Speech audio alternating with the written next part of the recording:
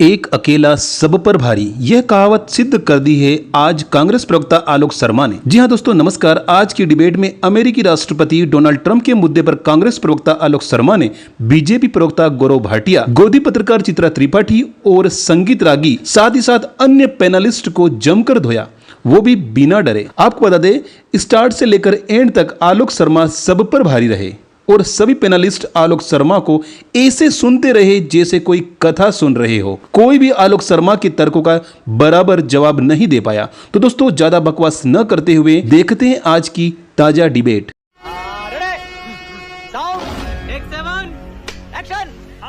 बोलिए गौरव भाटिया जी, कैसे संतुष्ट करेंगे देश के विपक्ष को आप ट्रंप के मुद्दे पर?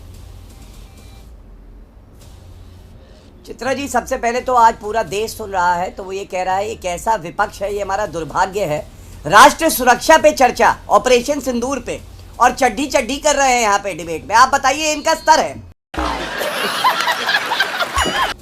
देखिए, मैं संगीत रागी जी की बातों को बिल्कुल भी गंभीरता से नहीं लेता हूँ, क्योंकि वो हमेशा से व्हाट्सएप यूनिवर्सिटी पे पढ़ के कुछ भी बोलते रहते हैं। विषय कुछ होता है, बोलते कुछ।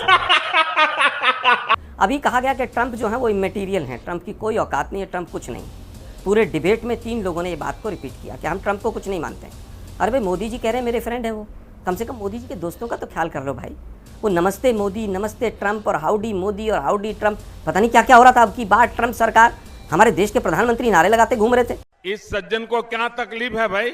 अरे भाई, दुखद है कि एक जो विश्व का सबसे शक्तिशाली देश है, उसका शक्तिशाली राष्ट्रपति है, उसको आज राजनयिक लोग कह रहे हैं कि वो कुछ नहीं, इमेटीरियल है। मतलब मुझे हंसी भी आती है, दुख भी आता है, लेकिन बाद में समझ आता है कि मोदीनामा पढ़ने में और जियोपॉलिटिक्स की बात सच में करने में दोनों में फर्क होता है। दीपक साहब, अब वापस आते हैं। इन लोगों ने तो पूरी तरह से सेना को बदनाम करने का काम किया। कुछ बीजेपी ने स्टोरीज प्लांट की कि उनके न्यूक्लियर वेपन जहां थे वहां पर कुछ गिर गया। ये हमारे सेना के ऊपर प्रश्न चिन्ह उठा लगाने जैसा है। हमारी सेनाएं मजबूत हैं, हमारी सेनाओं ने किसी भी न्यूक्लियर अड्डे के ऊपर टच तक नहीं किया है। ये बीजेपी के लोग अपने ब्राउनी पॉइंट्स बनाने के चक्कर में कुछ भी बोलते चले जा रहे हैं। ठीक है, बीजेपी स्टोरी प्लांट करती है, मीडिया के लोग भी चला देते हैं, लेकिन क्या इसका कोई प्रमाण है? जब आर्मी के डिफेंस के लोग मना कर रहे हैं कि ऐसा कुछ भी नहीं हुआ है, यहां पर एबीपी न्यूज पर बैठकर कुछ भी बोल देते हैं। मुझे लगता है कि कम से कम सोच समझ के बोलना चाहिए। आप प्रश्न चिन्ह उठा रहे हैं अपनी सेनाओं के प्रेसिशन पे कि हमने कितनी कुशलता के साथ वॉर किया। मुझे लगता है कि मना किया है। अरे भाई, पाकिस्तान तो आर्मी, अरे भाई पाकिस्तान तो पता नहीं क्या क्या कहता है। पाकिस्तान तो कहता है कि मोदी जी ने पहलगाम कराया, मान ले क्या उसकी बात? अरे बाप रे, ये तो धोती खोल रहा है। पाकिस्तान तो कहता है पुलवामा मोदी जी ने करवाया, मान ले क्या उसकी बात? पाकिस्तान कब से आपका आदर्श हो गया? राहुल गांधी का ट्वीट कोट कर दिया, ये कर दिया, वो कर दिया। वो तो सरेआम कह रहे हैं कि मोदी ने पहलगाम अटैक खुद करवाया। हम नहीं मानते उस बात को।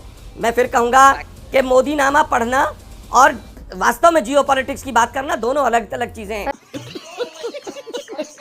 प्लीज सर, अपनी बारी में बोलेंगे ना, अपनी बारी में। अब कोई किसी को चड्डी गैंग बताएगा, कोई किसी को चाइनीज डायपर पहनाएगा। सर, ये कोई भाषा होती है डिबेट करने की? ये सब क्या देखना पड़ रहा है? अच्छा है मैं अंधा हूँ।